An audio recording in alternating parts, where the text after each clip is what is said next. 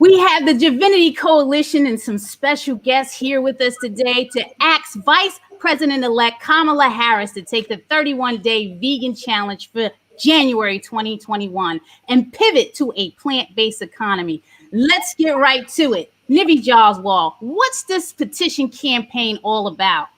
Thank you so much, Naijha. We've all heard the breaking news yesterday that there is a new strain of the coronavirus in Britain that could be much, much more infectious.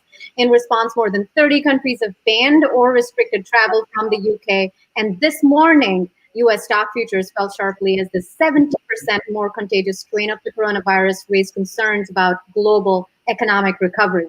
At the JIVINITI Coalition, we believe we need to ask new questions to get new answers. So we're inviting Vice President-Elect Kamala Harris to go plant-based in January 2021. And we're urging the incoming Biden-Harris administration to take decisive, evidence-based, scientifically informed steps towards what we're calling a pandemic-resistant economy. So we've written an open letter. We've got a petition. We're urging these leaders to have a detailed, phase-wise plan to close animal factory farms, ban live animal markets, shut down fur farms, and exit the wildlife trade. We're also asking them to issue pandemic nutrition guidance based on Whole Foods plant-based nutrition science. And our segment one is all about women. Women represent nearly 2/3 of frontline workers and have been forced to show up on the job while schools are closed and childcare is unavailable. Rohini, Bajekal, I'm going to bring you on live for our first question. You're a nutritionist in London. Thank you for joining us. You're a board-certified lifestyle medicine professional from Plant-Based Health Professionals UK. Your Prime Minister, Mr. Boris Johnson, announced a lockdown yesterday. As a healthcare worker in ground zero, how are women healthcare workers dealing with this pandemic, and what is the impact on women's health? Tell us more. Thank you, firstly, so much for having me. I represent Plant-Based Health Professionals UK, and we're really passionate about promoting the benefits of a plant-based diet, as well as obviously other lifestyle factors that are so important, such as sleep and emotional well-being. And we can't emphasize enough the impact of COVID-19, the pandemic, on women around the world. We know, for example, every single day, 810 women and girls die from preventable causes during childbirth. And we know that that number is elevated and has been elevated in previous pandemics, and we expect it to be the same in COVID-19. The preliminary data shows that. So it's never been more important to protect women's health and to put women first. 70% of global healthcare workers and social care workers are women. So the pandemic has really hit women in many ways the hardest. Well, I would like to say that this is a compliment to Vice President-Elect Kamala Harris. We wouldn't be asking this of her if we didn't think she gets it, because she does. She had the courage to speak out and urge Americans to reduce their meat consumption. I can't even express how much courage that takes for a politician to do that. Also, she supports Senator Cory Booker, who is a vegan from New Jersey's legislation to ban high-speed slaughter, which is horrific cruelty to the workers as well as the animals. So I want to go straight out to Nirva Patel, former corporate lawyer turned animal activist, who was also on the board of Farm Sanctuary and an executive producer of The Game Changers. Nirva, bring it together for us. Connect the dots. What is animal agriculture's connection to the pandemic, to Kamala Harris adopting a plant-based diet? Thank you, Jane. I appreciate that. It's absolutely essential for Kamala Harris to adopt a plant-based diet. She needs to support what makes her unique. Her Indian and Jamaican ethnicity is based on a strong plant-based diet. She has the ability for the first time ever in the history of the United States to positively impact our food system, to reflect a more environmentally sustainable relationship with food. Now, when we look at all the problems in our world, we can't just look at climate change and think I'll attack climate change and help all of the efforts there and solve these problems. We need to take a One Health approach where we look at animals, humans, and the environment, and look at all of the interconnectedness among those three categories. I serve on the board of Farm Sanctuary, and our mission is to end animal agriculture, which will definitely impact human health, as you mentioned, the slaughterhouses and the food system in general. We provide $20 billion as a government to food subsidies. Most of that is for meat and dairy. And if you look at the SNAP system that funds many of our marginalized children in schools, they're eating awful food. And it's keeping us in this health crisis that has positioned us so poorly to survive and, come out of this COVID pandemic. As a businesswoman who owns a vegan restaurant and also runs a nonprofit, Black Vegetarian Society in Maryland, I'd like to ask Stephanie Redcross-West, founder of Vegan Mainstream, who's a vegan business coaching and consulting firm. What would you tell Kamala Harris as a vegan business coach? I would tell Kamala that we're always looking for big moves. We're always looking for big change to happen in our world. Often when you take that one leap forward, what can happen is the world can follow. And what happens with businesses, what's great about being an entrepreneur is an entrepreneur gives you an opportunity to represent your local community. It creates an opportunity for us to bring veganism to our communities and also fund our communities. We can employ individuals, we can fund feeding programs, we can give back to our communities, we can support nonprofits. So being able to not only be a part of this as a movement, but be a part of it from an economic standpoint of not only leading the way and taking this big grand gesture and big step.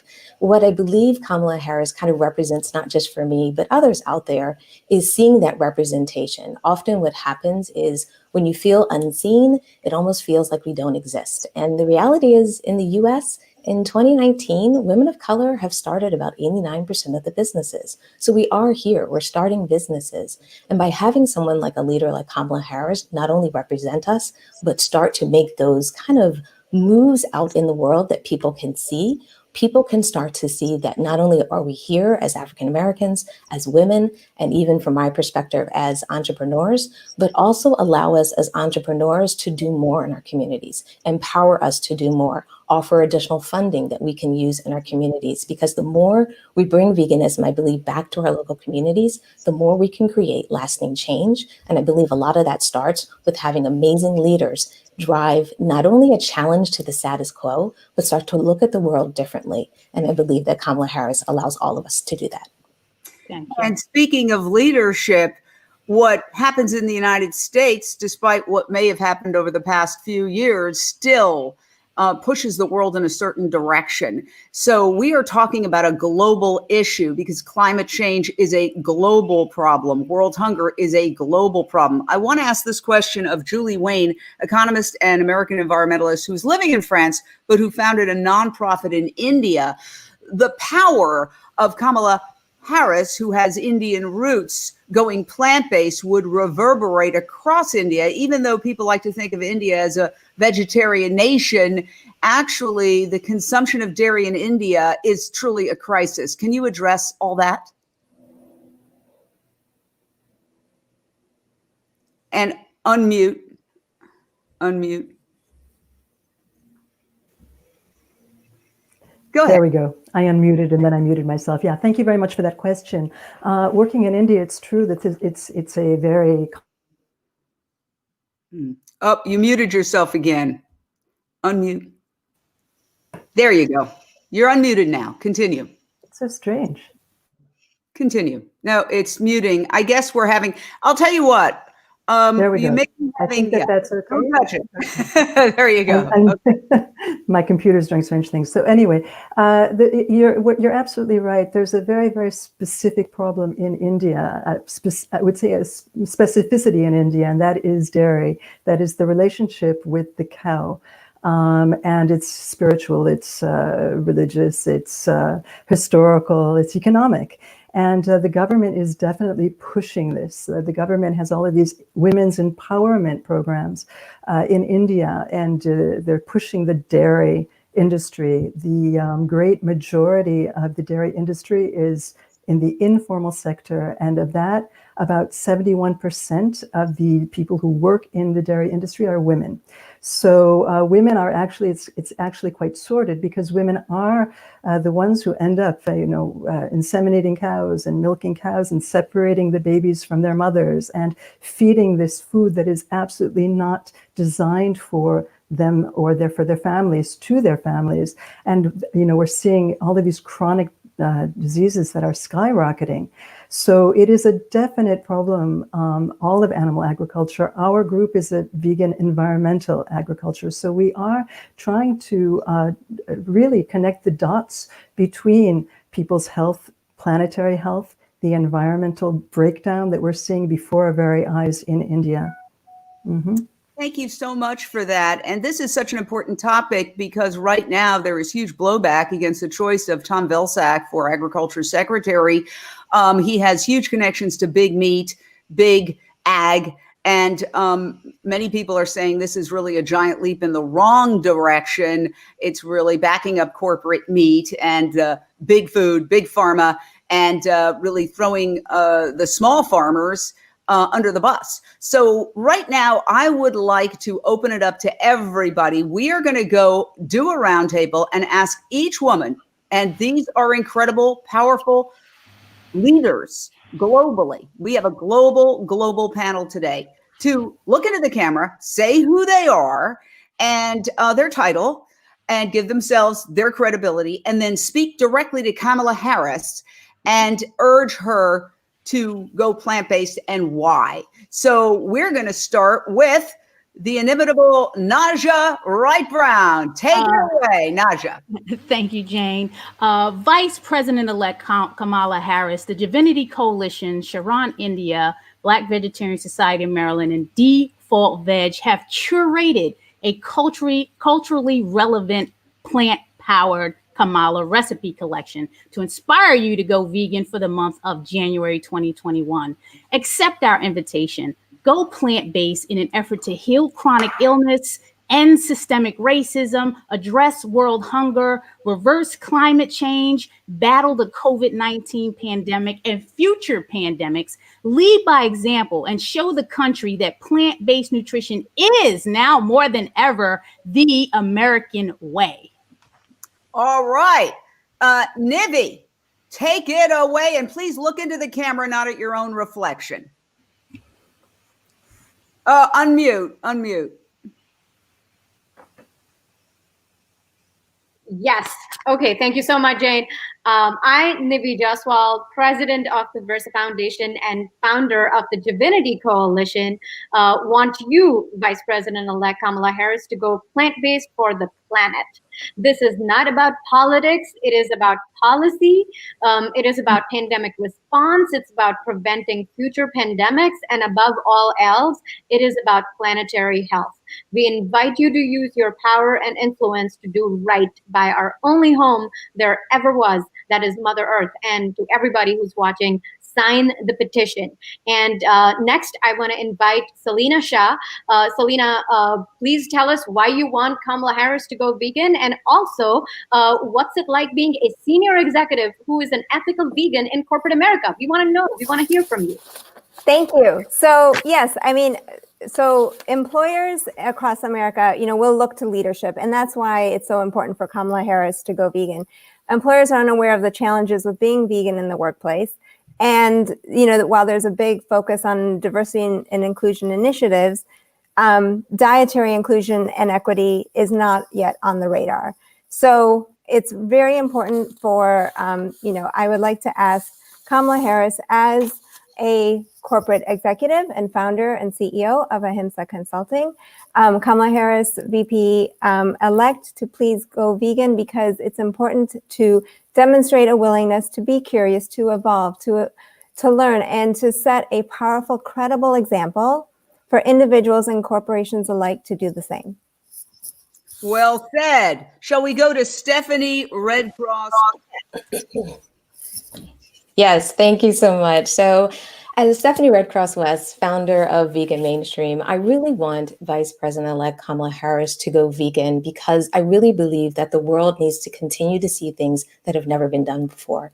Kamala Harris has been an inspiration for many of us young girls, women of color, women who come from very diverse backgrounds. She has inspired us that we can be more, do more, and break glass ceilings.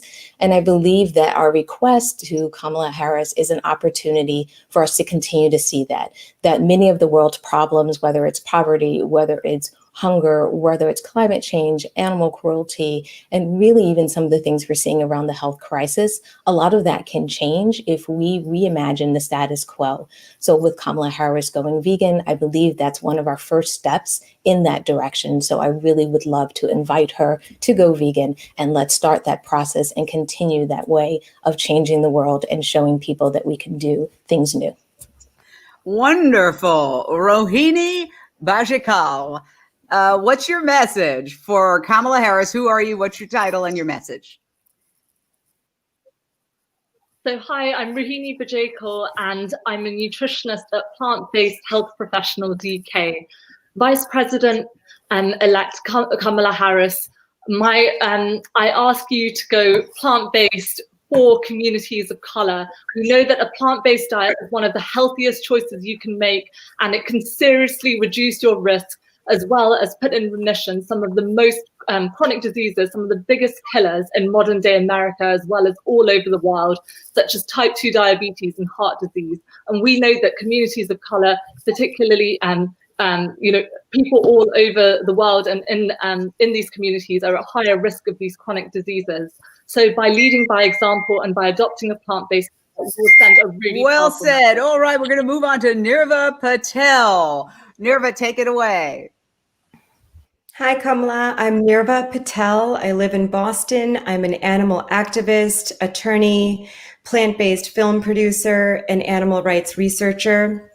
Kamala, you're uniquely positioned to impact millions of American women and children who are subjects of corporate deception in our food industry. You have Indian and Jamaican roots, and those roots are based on a strong plant-based foundation. Please help us as Americans solve our health crisis and learn how the environment, animals, and people are all interconnected in a one health aspect. And your plant-based mission will be incredible for the world and also all the right, United we're going to move on States. to Julie Wayne. Julie, take it away. So, hello, Vice President-Elect Kamala Harris. My name is Julie Wayne. I am the co-founder and director of Jiva Bhavana. We're a vegan environmental nonprofit in India. And among our many goals is to create a climate and environmental justice, because we know that the most vulnerable people in all communities all over the world are the ones who are affected the first and the worst when it comes to environmental breakdown. So I would really like you to go vegan, because as the previous Attorney General of the state of California, a United States Senator, and soon to be Vice President of the United States, you are clearly driven by a life-affirming sense and a value of compassion, service, and justice. And going vegan is really embodying those very values. It's living those values and not just talking about them. All right. Thank you so much. And I'll give it a shot. Hi, I'm Jane Velez-Mitchell. I'm a journalist and author. Vice President-Elect Kamala Harris, I really applaud you for urging Americans to cut back on meat. I know that took a lot of courage. You're going up against some very powerful moneyed interests. But given that you have that courage, I invite you to take the next step. You're not asking anybody to do anything in this regard. You're just saying, hey, I'm going plant-based for a specific amount of time. And that's the American way. You have a right to choose what food you want to eat. So if anybody attacked you for going plant-based, you could say, wait, I'm an American. I am expressing my right to go plant-based. I think through your work in Congress, through your collaborations with Cory Booker, you've seen the terrible negative impacts of animal agriculture, big ag, factory farming, concentrated animal feeding operations. This industry is a leading cause of climate change, habitat destruction, wildlife extinction, human world hunger, because animals eat so much more than they produce as food, and human illness like heart disease, which up until the pandemic was America's leading killer, as well as cancer. Processed meat is officially cancer causing, according to the World Health Organization. So I really urge you to take this step. It would send a huge message. Also, you be healthy. We need you. We need you healthy, Kamala. All right. Now let's open it up. We're just going to open it up to this incredible panel of women. Naijha, take it away. Thank you, Jane. Thank you. So what do you all think? What do you think Kamala's reaction will be to this invitation? Do you think she will even see it? Feel free. Anyone feel free to respond. I think she'll see it. We're going to pick somebody. Nerva, why don't you answer? Yeah, I think she'll see it. I think she'll be compelled. I think she probably already follows a pretty strong plant-based diet, and this will encourage her to continue and to make that impact to Americans and be that ambassador and role model that we desperately need in the White House. Stephanie Redcross, I'd like to ask you about pushback. Obviously, listen, there was a Miss Montana. She won the Miss Montana pageant, and she's vegan. And they started a change.org petition to remove her crown. Obviously, follow the money. There's a lot of money to be made here. And so how should Kamala, if she adopts this challenge, which I certainly hope she does, how should she respond? How should she play this? I think there's two different ways to play it. There's one piece of it, which is the health side. I think empowering everyone to reclaim their health and be able to not just reclaim their health, but reclaim the decisions that they make. Many of us know by being vegan, by being plant-based ourselves, we know how much that when we start to understand the food we eat and how that impacts our health, we start to be a part of our own solutions. But on the business side of things, or the entrepreneurial side of things, which is where I love to hang out, into my kind of little playground here, I also think there's an opportunity to help people understand that there's great ways that we can shift our industries. We can shift our worlds. We can do things differently. Just because we've done it that way before, doesn't mean we have to do it moving forward. Even if we take industries like solar as an example, there was a lot of struggle and pushback and challenges. And what we found over time is that it's created additional jobs. It's created different opportunities. And I really believe that when we start to look at the industries that we have in place, there are new products coming out that are allowing us to offer not only kind of industry-wide change, whether it's the hair care products that we use, whether it's the purses that happen in fashion, whether it's even interior design, all the way to the restaurants and the food that we eat. The idea is that there's growth here. There are jobs here. There are opportunities for people to even become entrepreneurs and start these small businesses. Sorry, I'm getting all fired up over here. So that people can empower themselves. And especially in this pandemic, we're in a place where people are struggling. They're not able to pay their rent. They're not able to do a lot of these things. So being able to look at new industries, I really think is a great way for Kamala to approach this, because it creates opportunity and growth for not just the US, it really does it globally and worldwide. Maybe we'll start here because that's maybe her domain, but the idea is we can be a beacon of light really globally. I have to ask Salina Shah, we're in a pandemic. It's a zoonotic illness. It jumped from animals to humans. Even in the New York Times, there have been op-eds that say our toxic relationship, our species' toxic relationship with animals is what got us here. As Nivi mentioned at the top of this, you have new strains of the virus. You had mutations in mink that caused 17 million mink to be massacred in the most brutal fashion. Now there is an avian flu strain that's popped up in England, and they're using the word culling, but it's a massacre. There's no nice way to kill, hundreds of animals or even one animal who doesn't want to die. What can we do to make society, Kamala specifically, and society at large understand that at the heart of this pandemic that is destroying our world, in essence, it's our toxic relationship with the natural world and the wildlife and the other animals in it?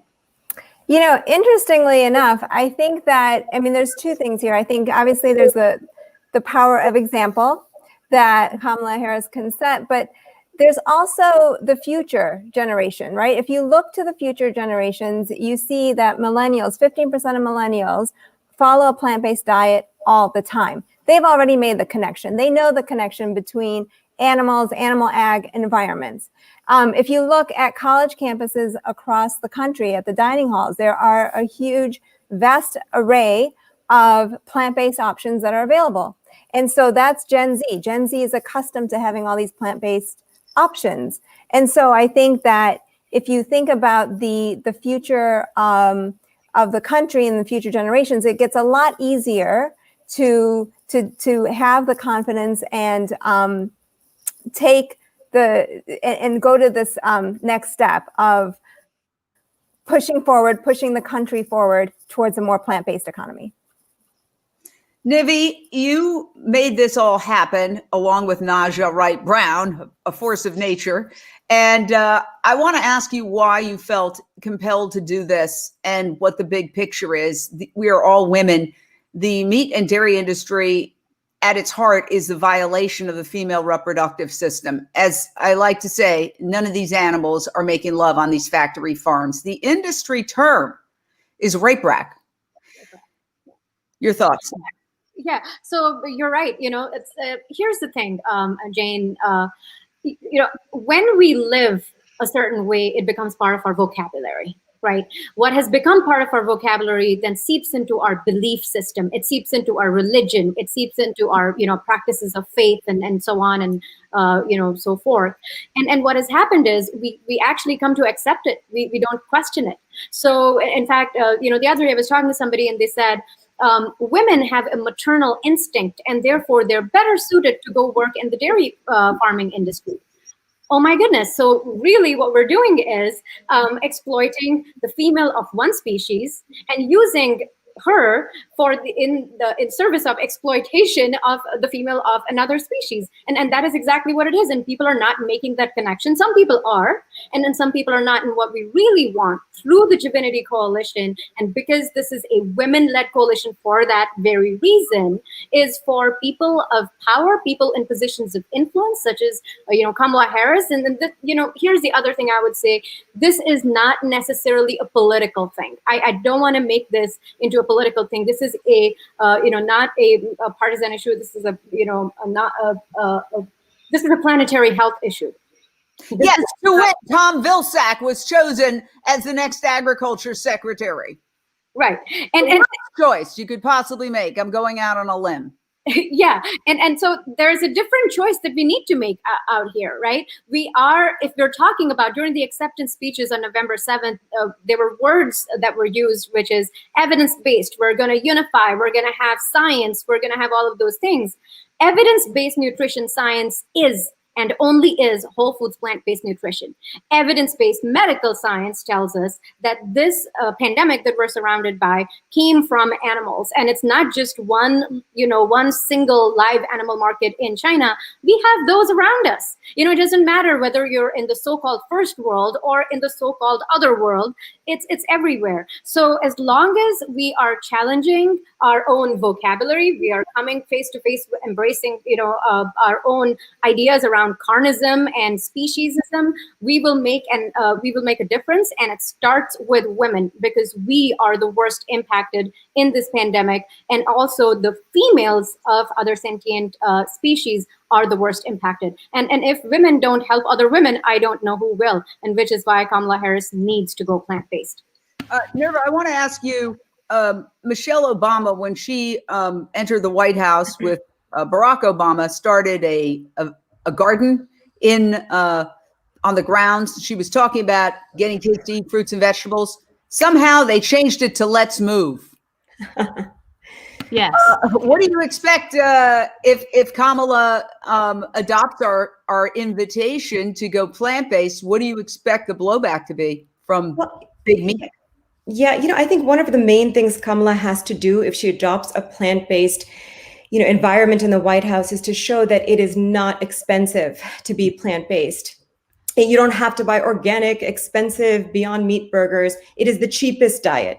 If you have a diet based on, lentils and rice and fresh vegetables and fruit, that is a basic, cheap diet. So if she kind of promotes that and shows that it's attainable, then she's going to win. It's going to happen. This is a great dialogue, everyone. Thank you all so much for joining us. Again, sign the petition. Sign the petition. Change.org/plant-powered-Kamala. Back to you, Nivi. Yes, we're actually going to move on to our segment 2. We'll be talking about COVID-19 pandemic and systemic racism. We'll be talking about structural inequity and systemic speciesism. We just heard from our fantastic panel just now. Animal agriculture is nothing but commercialized and monetized carnism executed at corporate scale. Its impact on public health is evident in the epidemic that has been going on for years and years now. Our new segment 2, is actually going to be talking about all of that. Naijha, do we have Jasmine Leyva with us already? There she is. Well, we'll start with who we have. Okay. Yes. So I want to throw it out to Jackie Norman, because you and I have been talking, and you are a former beef and dairy farmer, and now you're vegan. You're in New Zealand. So this is a global panel of extraordinary women. And you can really bring home how meat and dairy is the violation of the sacred feminine, because we are asking the most powerful woman in the world right now, a woman who is a feminist icon. She has achieved the greatest stature of possibly any woman in human history at this point. The first female vice president elect, soon to be vice president. What would you tell her about the violation of the sacred feminine based on your experience having been a beef and dairy farmer? Oh, there's so much that goes on. As a female working on a farm with hundreds of mother cows and their babies, I was expected to be a replacement mother for these calves and raise hundreds of dairy and beef calves intensively and artificially from newborn to weaning, which is around 2 months old. And it's extremely common for women to be given this role on calf rearing operations. In fact, it's preferred, as we are generally stereotyped to be thought of as the best carers due to our maternal instinct. I also had to assist in the abduction process of taking the calves from their mothers, which I hated. And as someone who was able to milk over 200 cows solo, was expected to rob them of milk, which was made and intended for their babies, not humans, on a daily basis. And so you had an awakening. Just tell us briefly how that happened and how that might inform Kamala Harris, who has urged people to cut back on their meat. So she's on the journey. Absolutely. I mean, there's so much that at the time you're so conditioned, is so deeply ingrained, and I could not, I didn't make the connection. I was vegetarian for that whole time because I made the connection between meat and death, and I didn't realize, how much death dairy caused. So for me, these days, the exploitation of cows' bodies, and in particular their reproductive systems, both male and female, but obviously female, as soon as they are old enough to breed until the end of their days, is just mind-blowing. The amount of harm and death the dairy industry causes. Like I said, I was vegetarian all through my farming years, but being vegetarian is not enough. I would actually say the dairy industry is far worse than killing animals for their meat, because the abuse and the exploitation is just so prolonged over years. And most of all, I can completely relate to how inherently wrong it is to deliberately impregnate a female cow and then take her precious baby year after year. I actually know what it's like to lose a child. 26 years ago, I gave birth to a son who suddenly and unexpectedly passed away 2 days old. So I know what it's like. And that experience never, ever leaves you. You learn to live with it, but you never recover. And yet I worked on farms with cows who had up to 14 babies taken from them in their lifetime, and then were killed when they stopped producing as much milk as they used to. So cows are pregnant for 9 months, just like humans. They carry their babies inside them for that long. And I honestly feel like we humans are the very devil for doing this to another sentient species. It is just so unbelievably cruel. And Kamala needs to know that. Everyone needs to know that. And now we have the amazing Jasmine Leyva. She's a filmmaker, actress, and producer of The Invisible Vegan, coming out of California. Jasmine, what would you tell Kamala Harris about the public getting riled up over racial crimes in elections, but not so much when it comes to food justice? Hey, good morning. Good morning. So I think that, everything that we get riled up about, it's by design. So you have to think, when the media is telling us, because the media programs us as to what we should be concerned about. You have a lot of these big food companies, they have lobbyists and they have millions of dollars to pay politicians to sway things right or left. So they have influence over the media. So certain narratives are going to be looked over because they're not in the best interest of these millionaires. So we as a public, we have to start doing our homework, and we have to start connecting the dots and going like, wait, what we're doing with these animals for food, this is not in the best interest of ourselves, of our own bodies, because it's making us sick. It's causing a lot of these diseases and viruses that we're suffering from. It's not good for the planet. It's just not good for everyone. So why are we all engaging in something that doesn't serve us as a population? I'd like to ask a follow-up question. Why is it important that we, especially women of color, talk about intuitive eating and unhealthy relationships with food in the midst of COVID-19, George Floyd, and the election? So right now you have a global pandemic that is sweeping over the country, and it's taking the lives. Every now and then a healthy person gets hit, but a lot of the people suffering are people who are already sick. One of the reasons why we have so much sickness in our bodies is because we don't realize we're ingesting the sickness. We are eating the sickness. We are breathing the sickness. This is why our body's immune systems can't fight things like this off. So when you have a time right now where people are going through panic because of a disease and social unrest because of everything that's happening, with the George Floyd, you have a lot of people who are stressed. So now you have cortisol levels going up, affecting people's health. And with that, you have people who, because they don't have comfort, you no longer have, let me go to the club, let me dance it out, let me go out with friends. You have people in isolation. What is the only comfort besides Netflix that one can have when they're in a situation like this? People turn to food. And that is something that they want to do, but something that, like we're all struggling. And it's almost like a psychological trigger that we're using to kind of cope with all of this. But what happens is when we start eating because we're stressed and because we're isolated, then we start turning to comfort foods that make us even sicker, that bring our immune systems down even more. So in the midst of this, we have to start talking about, okay, how can I make my body healthy? So if this comes upon us, then, we can get over it. And it's especially important for women of color, because when you look at, the medical system, the healthcare system, when women of color have higher mortality rates for everything, when cancer hits, when we're having babies, when every disease you can think of, we are more likely to die.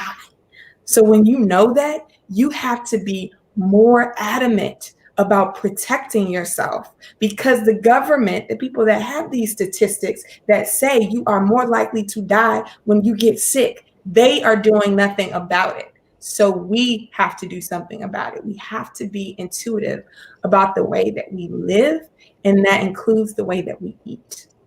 Thank you so much.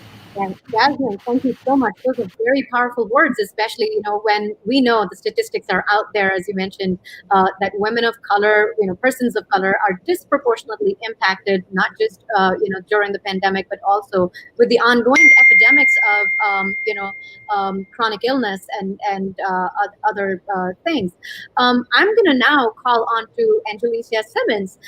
Angelicia, you are social legal activist. You're the founder of Fannie Lou Hamer Institute of Advocacy and Social Action. My question to you is, how do you see systemic racism present itself in the food system. How is veganism a solution, and how will Kamala Harris going vegan help at all? So your first question was, how does it present itself in the food system?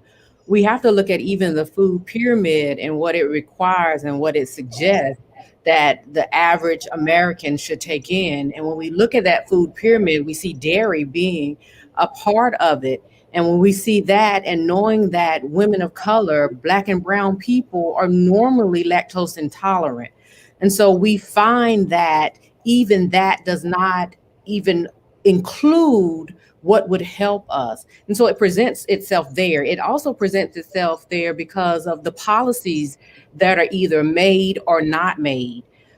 I am based in Raleigh, North Carolina, and Raleigh, North Carolina has a segment called Southeast Raleigh, which is highly marginalized area. It is becoming more gentrified. And with that and lack of transportation, the people who really need to get to Whole Foods for whole food plant-based eating don't have the transportation to get there, and they're being pushed out of their homes. And the death rate is higher because of the food apartheid. I don't even call it deserts. It's an apartheid that's there, doesn't lend them to even have a grocery store. And so it shows up because there ought to be policies that require at least some type of grocery store that has whole foods and produce there that communities can access and have those resources. When there's absolutely no grocery store, you just have five and dimes that normally sell liquor. You have right across the street from the oldest HBCU in North Carolina, you have a McDonald's where the college students can just run across the street and buy a $1 menu. When there are no policies that protect the most vulnerable people, systemic racism is built in that way. And if President-Elect Kamala Harris were to go vegan, she has such a broad influence base. She is a member of a Divine Nine organization. She is a graduate of an HBCU. So she had so many resources to reach out to, and people look up to her because she is an influential person. Yeah, Angie, that is fantastic. Tell me this, you mentioned this word, food apartheid. What's the difference between a food desert and food apartheid? Well, when we look at the word apartheid and we look at what happened, because it kind of generated or birthed out of South Africa, that was kind of like systemic racism in South Africa. And that's the name they gave it, the apartheid, just that segregation was right type of thing. And so here you see even lack of food resources in areas that are marginalized, like a Southeast Raleigh. And we call it an apartheid because it has no place where they can get resources. They'd have to go 30 minutes across town to get it. So it's just an area that's dearth with nothing. And so that's why I use the word apartheid. I use that. I know it's a strong word, but perhaps that can draw and engage emotions on why we need to think about the most marginalized people. As I think it was John Rawls, the philosopher, said, when we think about the most needy people, then everybody else on the top will be taken care of. And so I call it an apartheid because I think it is detrimentally wrong to leave these people without food resources, whole food resources. Let's get Jacque Salomon into this. Thank you. What Jacque Salomon, from the indigenous perspective, activist and nonprofit founder from Phoenix, Arizona. Food sovereignty. Why you? Why should Kamala listen to you and the coalition? Thank you for that question. First, I'd like to acknowledge that I had the privilege of living, working, and playing on the ancestral land of the Hohokam, the Ekimel Odom, and Odom people. Food sovereignty to me is the most important thing for two reasons. First of all, we need to be able to be independent. We need to be able to grow our own food. We need to be able to have access to food. And to build on what our colleagues were saying about access to not only food, but healthy food that is not filled with toxins and pesticides. And in order to do that, we can come together as community and start growing our own food. We can start growing our own food not for ourselves and our family, but also to build a network of food in these communities. The second thing that's most important is that we are facing a climate crisis because the land cannot sustain life anymore. And when we start going back to the land and we recreate environments where we can regenerate the land, like with food forestry, we are also regenerating life. And the most important thing is to honor the indigenous perspective, to honor the wisdom of the indigenous consciousness, the caretakers of this land, the land that has been stolen from them, the land that has been desiccated. We need to go, we need to support, and we need to bring back food sovereignty to the reservation. We need to undo what our colonized minds have done, have destroyed the land. We need to be grateful, we need to restore the land, and then we need to accept the wisdom, and we need to honor the guidance that is there for us as the caretakers of this land. Now we are going to open it up and ask all of our incredible panelists on this global panel to speak into their camera eye, address Vice President-Elect Kamala Harris, say who they are, their title, so give themselves their credentials, and express to her what you would say if you were talking to her about the need for Kamala Harris to take it to the next level and go plant-based. Why don't we start with Jackie Norman? Yes, I am Jackie Norman. I am a writer and researcher for animal rights organisation Vegan FTA. I'm also an ex-dairy farmer of almost 2 decades here in New Zealand. Vice President-Elect Kamala Harris, I would love for you to go vegan because you are in a position of great power to help influence and aid the people of America, to empower them to advocate for the change the entire world needs, to teach communities how they can build their own resilience to illness and pandemics. In this last year, we've seen the pandemic hold the world captive, and at the same time, diseases such as heart disease, cancers, and diabetes, they're all still increasing. You can help to change this. We may not know what the future holds, but by leading by example and following a whole food plant-based diet, the people of the United States can help to build a healthier, kinder America. So I would love for you to do this for our health, for the planets, and for the animals. Thank you. Fabulous. P. Angelicia Simmons, take it away, my dear. Yes, I am P. Angelicia Simmons. I am the CEO and founder of the Fannie Lou Hamer Institute of Advocacy and Social Action here in Raleigh, North Carolina. And President-Elect Kamala Harris, I ask that you discern or you decide to go vegan because as my divine nine sister, I understand the powerful influence you have on this community, these hurting communities, and your influence can help save the lives of so many Black and brown people. We thank you for your work, but we just ask you to consider going vegan. Thank you. Woo! Well said. All right, Jasmine Leyva, the Invisible Vegan, take it away. Hi, my name is Jasmine Leyva. I'm the director of the Invisible Vegan, Vice President-Elect Kamala Harris. As a woman of color, a lot of us are not taught how to eat. We're not taught how to be harmonious with our environment. That is a lesson that is plaguing our planet because we didn't get it. And for you to be a woman of color in such a high place, I humbly ask you to show people what they can do and how they can do it. Lead us. We've elected you as a leader. So lead. And lead in the best way that you can. Beautiful. And now we're going to go to Jacque Salomon. Hi, my name is Jacque Salomon. I'm a mom and a health and human rights advocate. I'm a Native American activist. I'm a spiritual life coach and co-founder of a nonprofit here in Phoenix, Arizona called Seed Students Fire. As an Indigenous woman who has not only arrested but reversed several diseases, including type 2 diabetes, hypertension, and I've lost 164 pounds. I have lost a child 11 years ago, and my 11-year-old son, to a severe allergic reaction to a pharmaceutical. And I am asking Vice President-Elect Kamala Harris to go vegan so no other mother will have to suffer what I have suffered, so that mothers can continue to hold their children at night, not worrying about losing them, or not worrying about orphaning them, because the wealthiest country in the world cannot put together the best nutrition guidance for its people. I'm asking you as a melanated woman to do what's right by us, to have a conversation so that we can have all the information. Because if we're not talking about plant-based nutrition, we're not talking about the evidence that's right in front of you, then we're not having real conversations about truth. We're not having real conversations about health and vitality, especially for our marginalized communities. So I'm asking you to please accept our invitation to walk your talk, to do what's right and tell the truth. Beautiful. Absolutely wonderfully said. So, Nivi, let's open it up.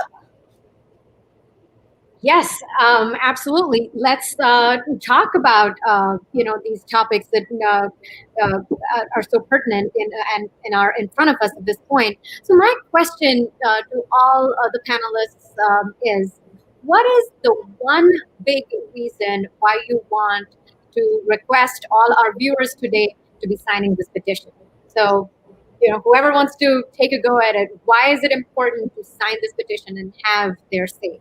And let's pick someone, because people don't want to be rude and interrupt. How about P. Angelica?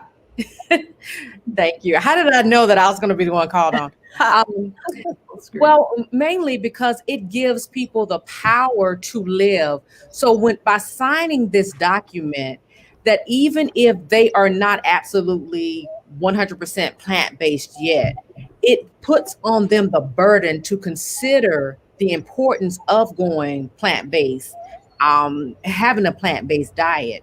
And so I hope that from signing it, it creates the impetus in individuals to go ahead and back it up and put some power behind their name, to even research it and look it up. I have a follow-up question. How should Kamala Harris respond to the blowback? Because she's going to get blowback, even though it's her own personal choice as an American. She could choose what she wants to eat. That's what meat eaters always say. Hey, it's a personal choice, even though it's a leading cause of climate change, habitat destruction, wildlife extinction, and all sorts of human world hunger, things that affect other people.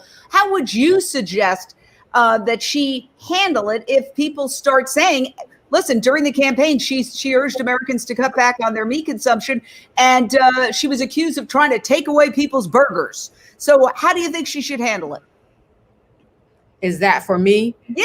I would say that I would present, especially if she knows, some of the information from the China study, some of the information about the high cancer rates, ways that we can start looking at how we can live longer so that we can make sure we live out our purpose in the earth longer.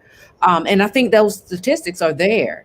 And that is why she would need to tap into plant-based organizations to help provide and educate her herself so that she's able to respond to the blowback. I'm sure there will be blowback because everybody's talking about their constitutional rights. I don't have to do this. I don't have to do that. So I think that the best way is, one, demonstration, and two, her having the education in order to regurgitate that information to the American people of the why. Thank you. Well, I will ask one follow-up question. Jasmine Leyva. African Americans are the fastest growing demographic going vegan. A lot of people are not aware of this. What is at the heart of that movement? In fact, there's a movie coming up called They're Trying to Kill Us, which is being led by an African American who is trying to show the connection between big money, fast food, and food deserts and illness in the African American community. Well, I think one of the biggest misconceptions is, a lot of people think that African American people, or, whatever group you're talking about, like, they don't want to be healthy. And the thing is, like, no, everyone wants good health.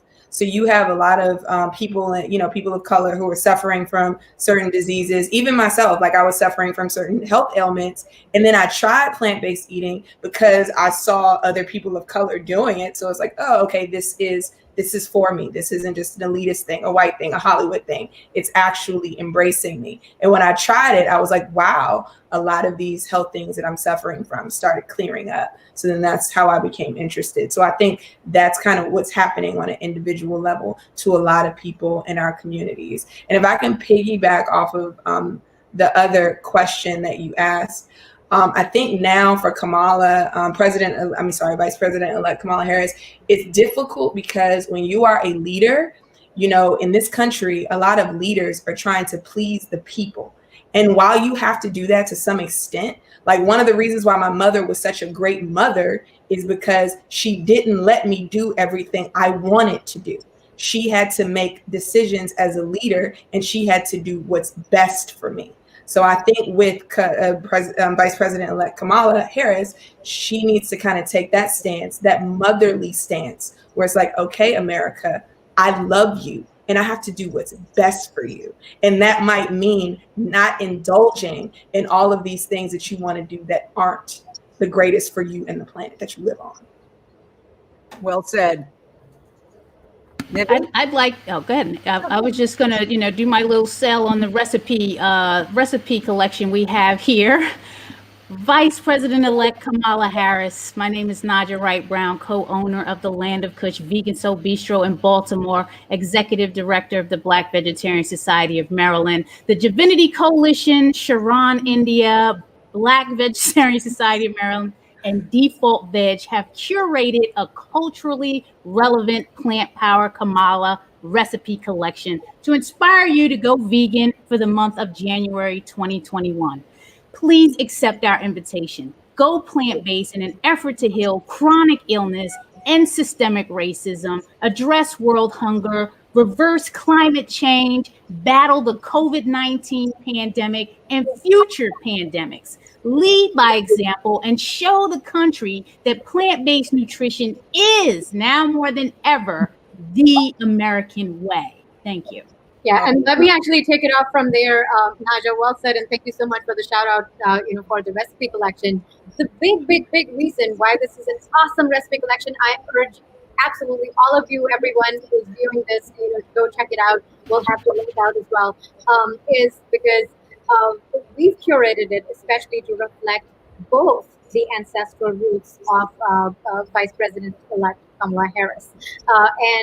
So basically, we requested our JIVINITI Coalition member in India, Sharon, India, that is led by Dr. Naijha Shah. They dipped into their recipe database of 600 plus recipes, and they put together a few recipes from south of India, the state of Tamil Nadu, where Kamala Harris's mom is from, and then Black Vegetarian Society of Maryland, which is led by Naijha Wright-Brown, who's right here with us.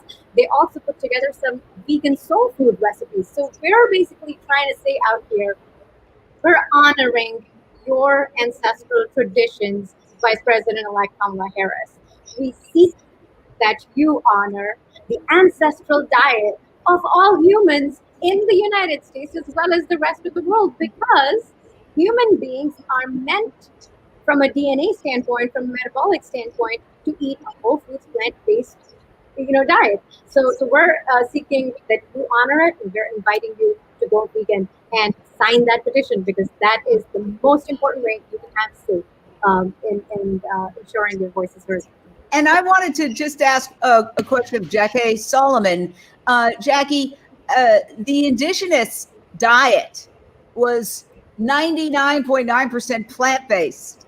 How do we connect people with their genuine heritage to go plant-based, as opposed to fast food, which has only been in the world for, less than the time I've been alive. I mean, it was in the 60s that it started and didn't even take off till the 70s. Thank you for that question. I think it's twofold. I think the first thing we have to do is we have to provide access. We have to come together as community, and we have to make sure that the people, especially that live on the reservations, have access to the healthy produce, have access to resources. And I think the second thing is respect.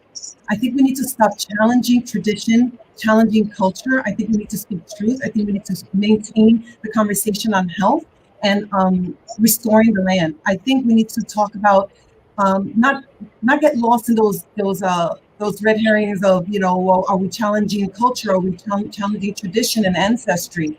No, I think we need to talk about what's going on right now and how we treat the animals and how we treat the earth and how we're treating the caretakers of the land. And I think if we can revitalize that ancestry and that wisdom and that connection to nature, and provide the healthy foods and honor and respect these caretakers of the land, I think that that's the way to get in. And it's very difficult because we are not trusted. We that live on the outside, have been part of a colonized system that has not only sabotaged their growth and sovereignty, but has also exploited them.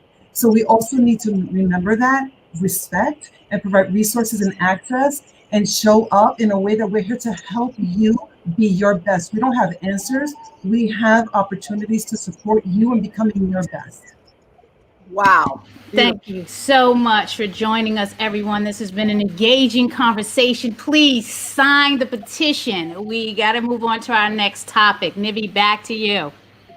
All right, thank you so much, dear participants. This has been just an amazing, I have goosebumps, when I hear our amazing guests and coalition leaders speak on these topics.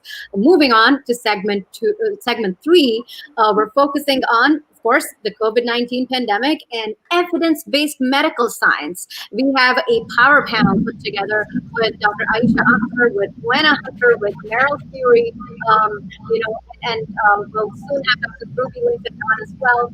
And we're going to be talking about the power of whole foods plant-based nutrition in battling the pandemic, preventing future pandemics. But we're going to go first, Jane.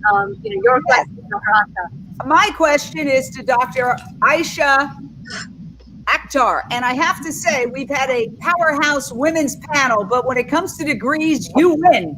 You have not one but 2 medical degrees.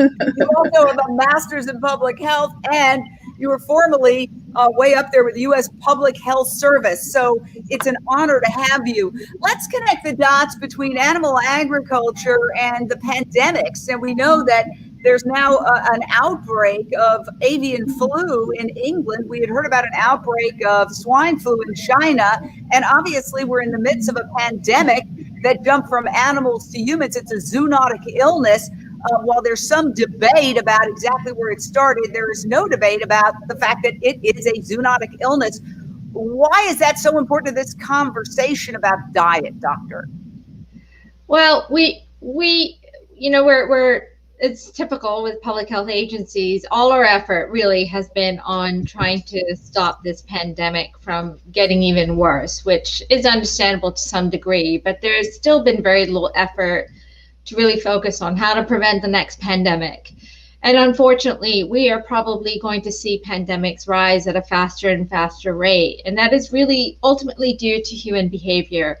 It is our activities that predominantly are leading to our rise and risk of increasing infectious diseases. And most of these infectious diseases, these viruses, are coming from other animals. We know that 3/4 of emerging infectious diseases come from other animals, but it's our behaviors and it's our treatment of other animals and our encroachment upon wildlife habitat and the wildlife trade and animal agriculture, which are leading to a surge in these new infectious diseases. So you brought up factory farming, you brought up some of the bird flus and the swine flus that are circulating. No, that's nothing new. We factory farms throughout the world and animal agriculture in general throughout the world have seen different strains of bird and swine flu sweep across the farms year after year after year. And, this is no surprise. We keep seeing them. There's a H5N8 and an H5N1 bird flu sweeping across farms in the UK currently. These are deadly viruses. They have the potential to cause serious human illness. Whether these particular strains will, we don't know. But we do know that there was an H5N1 outbreak in the late 1990s in China, which caused death in 60% of the people who contracted the virus. So these viruses are very deadly. And we also know that the coronavirus came from another animal, likely originated in fruit bats, who are captured for the wildlife trade. So we keep talking about what we need to do to prevent further spread of this virus, but we haven't really talked about what we need to do to prevent the next one. Very, very important point. I am always astounded when I look at the news coverage and I'm like, why isn't nobody talking about how to prevent the next pandemic? In fact, they even talk about, how we're going to treat the next pandemic. I'm like, hello, this is the entire mentality of our society. You cannot make money off a disease that never happened. Okay. You cannot sell pills to people who do not have an illness. And you don't need to create a vaccine for a pandemic that never happened. Prevention is the key. And going plant-based is the best prevention there is out there. That's our basic point. Nivi? Yes. My next question is actually exactly on prevention. And I'm going to flip my question to Meryl Fury, MSNRN. She's president and CEO of Chicago-based nonprofit Plant-Based Nutrition Movement and a public health nurse for over 30 years. Meryl, pleasure to have you here. My question to you is, how have you seen food and nutrition play a role in the health of people in the neighborhoods you worked in? What is the situation there during the pandemic? Why are our communities of color so badly impacted? Your point of view. Wow, you're talking to my heart, Nivi. Oh. So working in low-income areas, I primarily have been in like the northern edge of the Chicagoland area, right? So very stressed neighborhoods. And what we see there are what we see in a lot of other areas where people of color live. Very few fresh food sources, food deserts, poor grocery store access, and lots of fast food. Every fast food establishment known to man is within walking distance of wherever anybody lives, and lots of advertising for fast food and sugary things, drinks, stuff like that. So people fall prey to these marketing techniques. They have access to what they have. Transportation may be very difficult for them, or they're on a bus or something like that, where even if they can take the bus to get to a grocery store, it's hard to carry a lot of groceries on a bus. And if you have children, it's even harder. So what we see are, like I said, people falling prey to poor nutrition, and with it not being really robustly taught in schools or in healthcare facilities, people eat whatever is available, whatever's close, whatever's convenient, whatever they can afford. And most often that is not whole plant-based foods. It's fast food. It's a lot of sugar, a lot of salt, a lot of oil, heavy on the meat as well. So what happens is people develop lifestyle illnesses. They develop diabetes, high blood pressure, heart disease, cancers, autoimmune diseases, and have no real clear understanding of ways to mitigate that impact, that devastation, the burden of those illnesses. They continue eating the same way they've ever eaten, and the diseases continue. They wind up getting into the medical system, which unfortunately in low-income areas is not really strong. It doesn't have all of the facets and access that might be available in a well-off community. If a person is on some sort of state or federal assistance for insurance, their options are very limited. They can get maybe primary care, and beyond that, it gets a little bit tougher. So that's how our neighborhoods are doing at this point, you know, struggling with still the basic burdens, disease burdens that they ever had: high blood pressure, heart disease, diabetes, cancers, things like that. And that makes them more vulnerable to this particular virus. Brilliant. And I would love to toss a question to Gwenna Hunter, if I may. You're working with vegans. You founded Vegans for Black Lives Matter.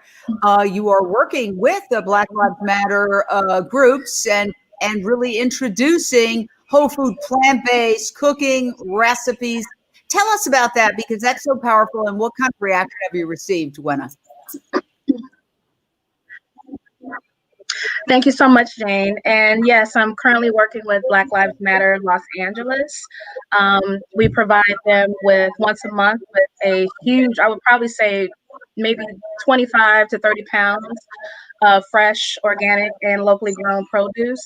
And it's very important because, one, they're out on the front lines, risking their health to march and protest and make change for the planet. So they're on the front line for, you know, possibly getting any type of virus that could be out there. And so if they were to nourish their bodies regularly with these type of fresh organic foods, it could actually, lower, can't, guarantee that it won't happen, but it can lower their actual risk. It's really important because one of the things that I'm finding out that I had no idea, a lot of them are saying, like, because sometimes I'll introduce different types of vegetables or different types of fruits, like a rambutan or, guava, or things that you don't normally find in typical retail stores. And a lot of them are saying, you know what, I'm only used to seeing apples, strawberries, and bananas. I never knew what a rambutan was. I've never seen a guava before, or I've never eaten this before. And so it's a very beautiful thing to be able to introduce different types of foods that grow on our planet to people for their health. It's been a real eye-opener and an awakening for me, even though I'm used to these type of foods, because everyone is responsible for their own level of personal evolution. So you can't just get to a point of where you're protesting, you're marching, and you're for systemic racism. Well, you're against systemic racism and you're trying to cut it. You have to keep leveling up in all areas of your life. If you're someone that's vegan, you've been vegan for 30 years, you have to level up as well and learn other areas of oppression that you can help eradicate as well. So it's been an awakening for all of us. Thank you, Gwenna. We have Dr. Ruby here, a very good friend of mine. She's a nutritionist in Washington, D.C. Dr. Ruby, what would you tell Kamala Harris about the missed opportunity right now by not promoting a whole food, plant-based diet as an important step, on par with wearing masks, social distancing, and hand washing, and protecting ourselves from COVID, and while simultaneously addressing the leading causes of death in this country? Yes, that's great question.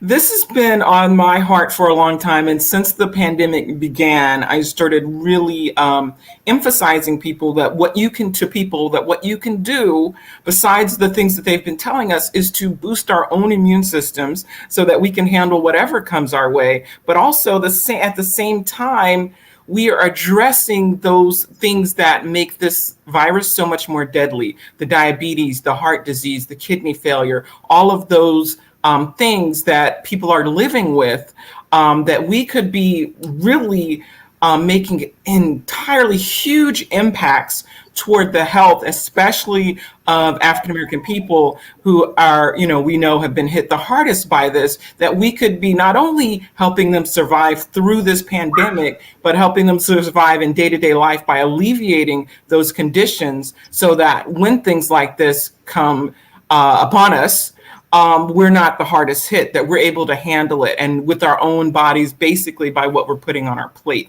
And this is absolutely free, telling people, here's a way that you can enhance your own immune system to handle whatever comes up in a better way that will increase your likelihood of survival and will increase your likelihood of survival after this pandemic, because you're no longer dealing with these lifestyle-related diseases. I would like to ask the panel about an issue that I think really goes to the heart. The vegan lifestyle has been portrayed as some kind of elitist lifestyle for the wealthy in Manhattan, Venice, California, and Berlin and London, when in fact, as somebody on the panel pointed out, it is the cheapest diet. You could survive on brown rice and black beans for a month, a sack each, and it would cost pennies per meal. We've proved that, and yet it's still this stereotype that's out there, and I think it's being promulgated by those who want communities of color and low-income communities to eat fast food, where the government subsidized a burger that would cost $25 probably in actual legitimate market conditions, but because of the US government subsidies, costs far less. And they're saying, here, eat this cheap food, when the truly cheap food is right there for the having, and yet it's being described as this elitist food. And I think that we have to stop feeding into that false notion. Who would like to take this? Maybe we go back to Dr. Aysha Akhtar, since you were formerly with the U.S. Public Health Service, Doctor. Yeah, vegan food is plant-based food has been the food of poor people throughout the world historically. It doesn't have to be expensive at all.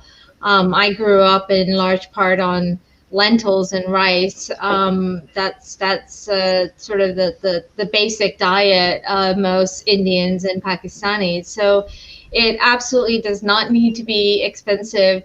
The processed animal, plant-based foods now, the veggie burgers and things like that, those are in some ways luxury items. Even I kind of consider them luxury items. I'm pretty frugal with my spending.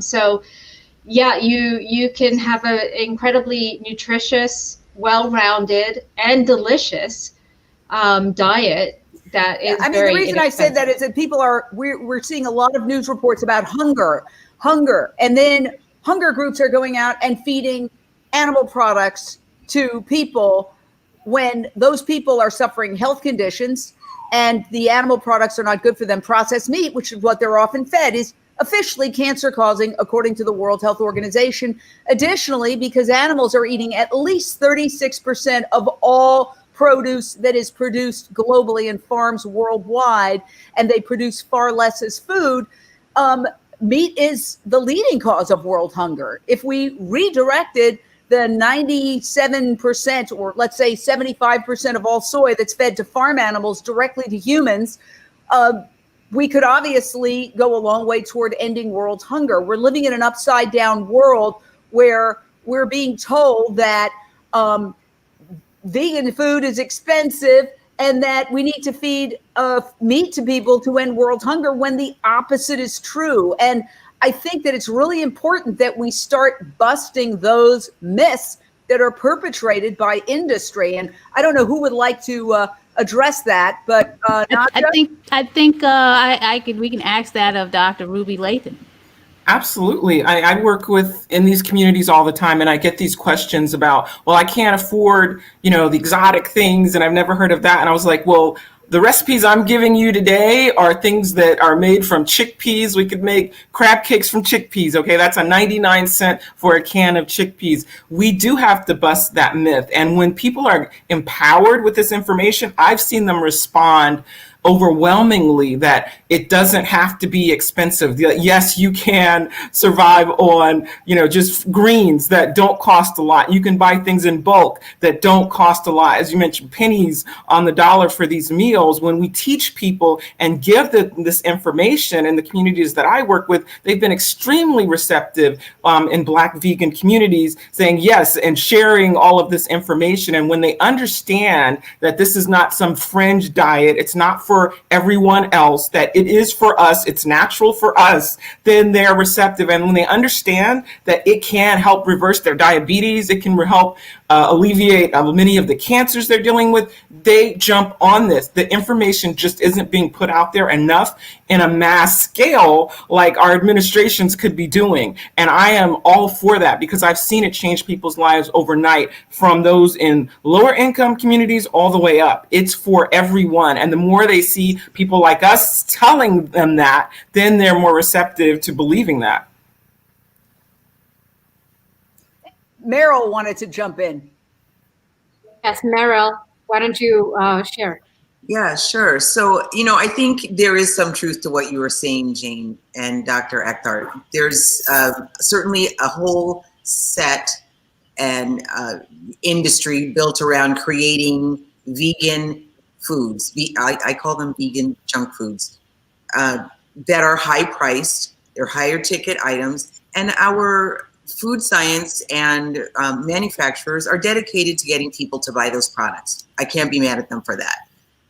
Real healthy food, what we refer to as whole food, plant-based or nutrient-dense foods, are really inexpensive, and they don't have labels. They're apple, it's a pineapple, it's a dragon fruit, it's a broccoli, it's spinach. Those are the things that people really need to be eating, right? The whole foods, the beans, the rice, the lentils, the whole grains, quinoa, all those. That's what we really need to be promoting. When you start looking at Impossible Burgers, oh yeah, heck yeah, that stuff is expensive. When you start looking at, manufactured fake cheese puffs and things like that, that's not health-giving or life-giving. And it is very expensive. When people start looking away from the whole foods and they go toward the processed manufactured stuff, I think that's where the myth lies. Right. Thank you so much for that, Meryl. I have I'm going to ask a question of Dr. Akhtar real quick. Jane, you mentioned about governmental funding and subsidies and so on. But there's another specific issue, and I'm holding up the open letter which both Meryl as well as Dr. Akhtar have had input into. Highly recommend the viewers to check out the open letter that we've written. So Dr. Akhtar, we've mentioned in the open letter, you've written, governmental funding should prioritize methods like organs on a chip that are based on human biology. Tell us a little bit more about that. Sure. So I'll just tell you a little bit about my organization. It's the Center for Contemporary Sciences. I'm the president and CEO. We just launched this May, so we're a brand new organization. And we're a scientific organization to really showcase why we need to move away from animal experimentation and instead use much more innovative testing methods that are based on human biology. We know that about anywhere between 90 to 95% of the drugs and vaccines that pass animal tests, as well as traditional other types of laboratory tests, end up failing during the clinical trials, during human trials. And we know that in large part they fail because of safety and effectiveness problems that were not predicted by the animal tests. So in other words, we know that the animal tests are not really that great at predicting what we're going to see in humans. They're not reliable. So we need much better tests, in addition to the fact that these animal experiments are incredibly cruel. And so what we're seeing right now with the vaccine, we talked a little bit about at the beginning of this segment, we talked about some of the mutations we've been seeing. And now there's a lot of concern that there's been some mutations seen in the UK, especially in the UK, but also elsewhere in Europe, including Denmark, some mutations in the coronavirus. And what we're seeing are mutations in the spike protein of the coronavirus. So this is the protein that the virus uses to enter human cells. And when there are mutations in that spike protein, that could mean that the virus has an easier ability to enter human cells, and it can mean that our immune system may not be as effective. We may not recognize these mutated proteins, and it can mean that the vaccines that are currently being rolled out may not be as effective or could be potentially ineffective against these new strains. The problem with viruses is that they're always mutating. They will always be mutating. And so what we at the Center for Contemporary Sciences is really trying to stress is that if we're not going to address how to prevent viruses, we at least need to know how best to treat this current pandemic. And what we need is to constantly be able to catch up and adjust to new mutations in the virus by using the best, most reliable, the fastest testing methods possible. And that means we need to be using, and governmental agencies need to prioritize funding of these human-based testing methods. These are like human organs on a chip, for example, that have a potential to be much more reliable, much more effective, so that we can roll out new vaccines with greater confidence in their safety and their effectiveness, and roll them out faster to adjust to mutations in the virus. Excellent point. And the commonality here is that there's a lot of reactive thinking. So again, we have to be thinking about preventing the pandemic. Gwenna, your thoughts, getting back to the idea of food deserts and how plant-based food is being falsely portrayed as elitist expensive food, when a sack of beans, a sack of quinoa, a sack of rice could last you for months. And we could really help those who are struggling with hunger right now in America and around the world if we all move plant-based. Yeah, so I wanted to share a story. A few years ago, when I first came to LA, I was using an EBT card, and one of the best kept secrets of eating well, no matter how much money you have in your pocket, whether you have a lot of money or very little, is the 99-cent store.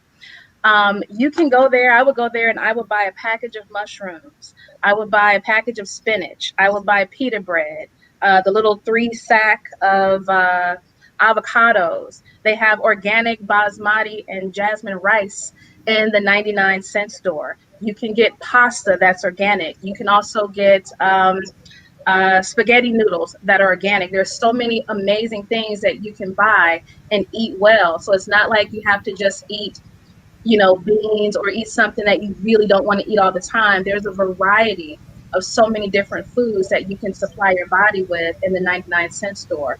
I would get, all of them have like veggie burgers for 99 cents. They have egg rolls, all types of different delicious types of foods that you can get. You go in there with, maybe $5 or $10 and you can, eat for several days. So I just wanted to share that information that you don't have to spend a lot of money. And like I said, just go to your local 99-cent store, and the things that they're constantly upgrading the store shelves with will absolutely blow your mind. Wow. Well, right now we're going to go to our Speak to Kamala. We are asking all of our panelists, this is a global panel from around the world, to speak into their camera eye, say who they are, their titles, and ask Kamala Harris to go plant-based and explain why they should. Let's start with Dr. Ruby Lathan, nutritionist out of DC. Go for it. Hi, I'm Dr. Ruby Lathan, holistic nutritionist, and I would love to ask Vice President-Elect Kamala Harris to go vegan for 30 days, to experience the benefits of that, the health benefits, the awakening of that, and so that she can identify with how much this could benefit our communities, our nation going forward, especially while we're dealing with this health crisis, how this could not only address that, but address the ongoing health crisis that has been affecting people of color for a long time. Beautifully said. And why don't we go to Gwenna Hunter next? Hi, my name is Gwenna Hunter, founder of Vegans for Black Lives Matter. I would like to ask Vice President-Elect Kamala Harris to go vegan because you've already done it before. I've heard interviews where you've already tried it for several days, or one time you were doing it right until 4 p.m. Every single day until you got on the road to do your campaigning. And you already know the health benefits of it. It's the right thing to do.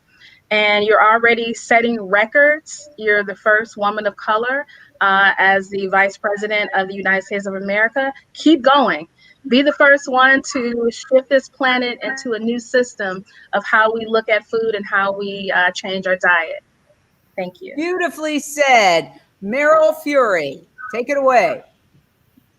Hi, my name is Meryl Fury. I'm a registered nurse and president and CEO of Plant-Based Nutrition Movement.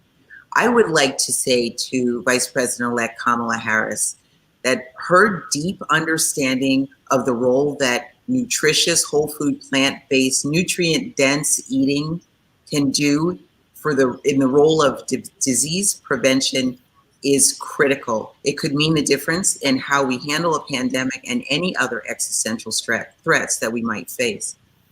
The voice of evidence-based nutrition has been missing from national health policy for way too long.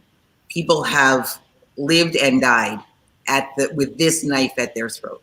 Now is the time to change that. And she has a perfect pulpit, a perfect place to speak from to get that done. Beautifully said. Wow, so eloquent.